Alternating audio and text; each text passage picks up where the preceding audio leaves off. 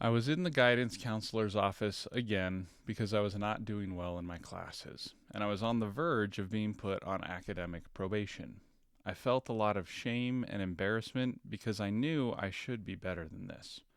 Growing up, I had always done well on tests in high school, and I gravitated pretty naturally to the subjects that people saw as smart. Subjects like math and science. I had scored higher than everyone else in my friend group on the SAT and the ACT standardized tests. Everyone around me kind of just expected me to do well in college and continue being the smart one. Except I wasn't. Here I was, failing over and over and over, and I couldn't figure out how to succeed. And it wasn't until I learned the principle that I want to talk about today that I finally turned my learning and growth around to become who I am now. The principle I want to talk about today is that of the growth mindset, and how this mindset led me to changing my identity and the way that I viewed my abilities and my potential. This principle was introduced and became popularized by the excellent book called Mindset, The New Psychology of Success by the author Carol Dweck. I love this book, and it really opened my eyes and helped me to understand how I needed to change the way that I viewed the world. In the book, the author contrasts two different mindsets that we can have: the growth mindset and the fixed mindset. A growth mindset is the belief that you can grow, adapt, and change, that you can improve any aspect of yourself, and that you are not defined by where you are, but rather by where you are headed. A fixed mindset, on the other hand, is the belief that certain aspects of you are fixed and unchangeable and immutable. Thoughts like I'm just not good at math, or I'm just not good at drawing are both ideas that come from the fixed mindset. A growth mindset sees mistakes as opportunities to learn and grow.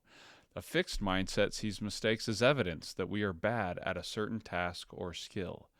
And there are more insidious ways that a fixed mindset can derail us. I had always been told by others that I was smart and naturally good at certain things. In high school, this led me to actually not put very much effort into my classes. I was afraid that if I gave them my best effort and then did poorly in them, then I wouldn't deserve that label of smart.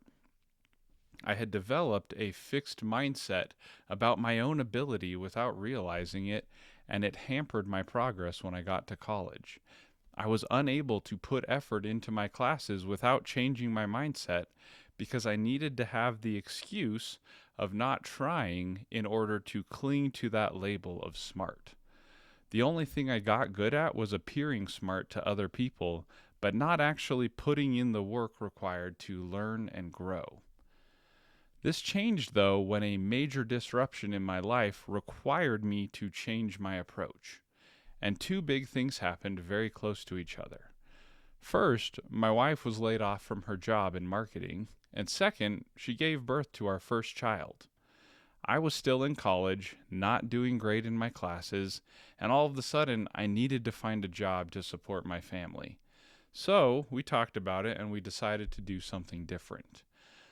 I needed to change, and it was urgent, so I dropped out of college and I went to a coding boot camp to learn how to code. The urgency of my situation broke me out of my fixed mindset. It humbled me, and it showed me that I could do hard things and that I could apply myself and work hard. I spent 12 to 16 hours a day coding for 9 weeks straight, and I finished the 18-week boot camp in half the time, landing me a good job at one of the bigger software startups in my state. Now, you don't have to have life-changing disruptions like I did to change your mindset. And here's my framework for changing my mindset and the 3 things I work to optimize for any new growth that I'm seeking. The first thing I look for is mentors. I look for mentors who have done what I am trying to do and who can teach me and show me the skills that I need to develop. I have mentors in sales and marketing, mentors in speaking, mentors for course creation, mentors for fitness, and mentors for relationships.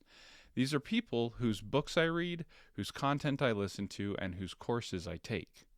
The second thing I look for that I look to optimize is my inputs. Instead of news, I listen to audiobooks and podcasts from my mentors.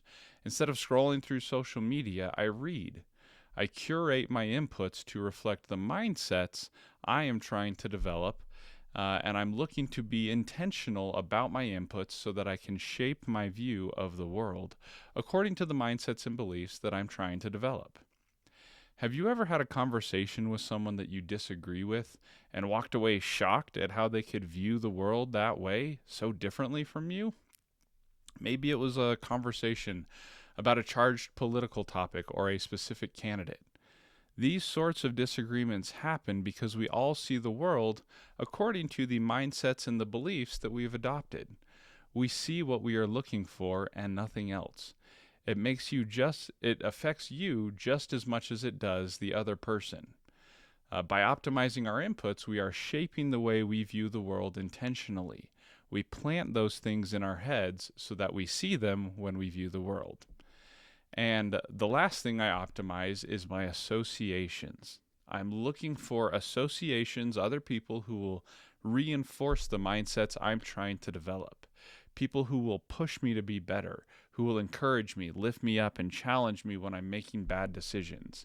And the key to finding the right associations is to be the right association for them. Comment below with the challenges that you currently face and how you want to change your beliefs and mindsets to meet those challenges.